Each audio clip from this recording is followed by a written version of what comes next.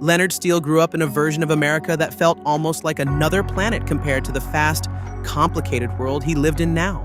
A world that often left him wondering whether progress had strengthened society or quietly hollowed it out from the inside.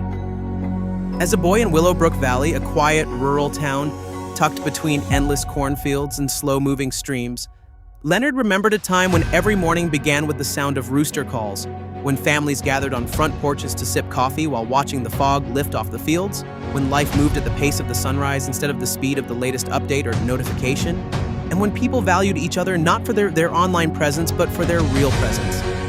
He remembered the way neighbors visited without calling first, how kids rode bicycles from one end of town to the other without fear, how the local store owner knew everyone's names, birthdays, and even their favorite candy, and how disputes were settled with conversations, not comments typed in anger behind screens.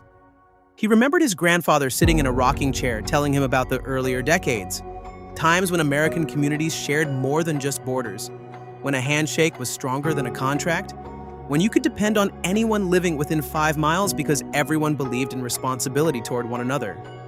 Those stories shaped Leonard's soul long before he ever understood them, giving him a sense of what it meant to belong to something real, something human, something bigger than himself. But as Leonard grew older, the world around him began to change. Not gradually, not softly, but sharply like a blade slicing through fabric, splitting society into before and after. Stores replaced with automated kiosks, neighbors replaced with strangers who preferred screen time over FaceTime, friendships replaced with digital updates, and silence replaced with the constant buzzing of notifications.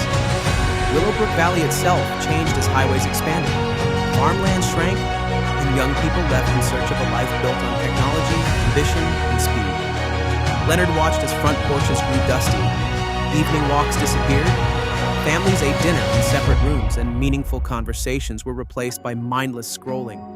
By the time Leonard was in his 30s, he felt like a man stranded between worlds. One world he loved but was disappearing, and another world he lived in but didn't fully understand. Determined to make a difference, he became a community counselor in a nearby city, hoping to help people reconnect with themselves and each other.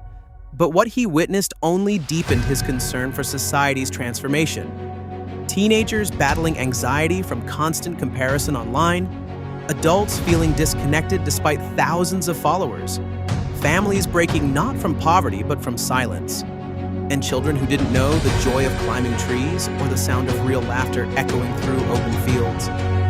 Even the elderly, once respected as living libraries of wisdom, were now sidelined by a culture obsessed with youth and speed. Leonard tried his best to guide them, using lessons from his past to help them navigate their present, reminding them that happiness wasn't found in updates, notifications, or trends, but in relationships, patience, and the courage to be human in a world that valued the artificial. Yet something inside him felt incomplete, as if he wasn't doing enough, until one summer evening when the city faced one of the worst blackouts in decades. Power grids failed, cell towers went down, the entire skyline went dark like a giant beast falling asleep, and for the first time in years, the frantic digital heartbeat of the city fell completely silent. At first, people panicked, unsure how to live without the screens that dictated their lives, but Leonard sensed something else beneath the chaos, an opportunity, a moment for society to remember what it had forgotten. Walking through the powerless streets with only a flashlight and his steady courage, he helped families reconnect in ways they hadn't imagined possible. He guided children outside to look at the stars they'd never seen, because city lights always drown them out.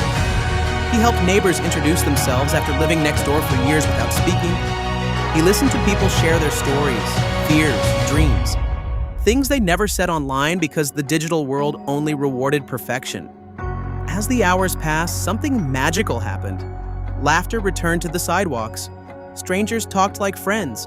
Families sat together sharing snacks. And the city resembled the world Leonard had grown up in, the world that had taught him the importance of connection, compassion, and community. The blackout lasted 13 hours. And for 13 hours, the fast-paced modern world unintentionally recreated a small piece of the past. When the power finally returned, people expected society to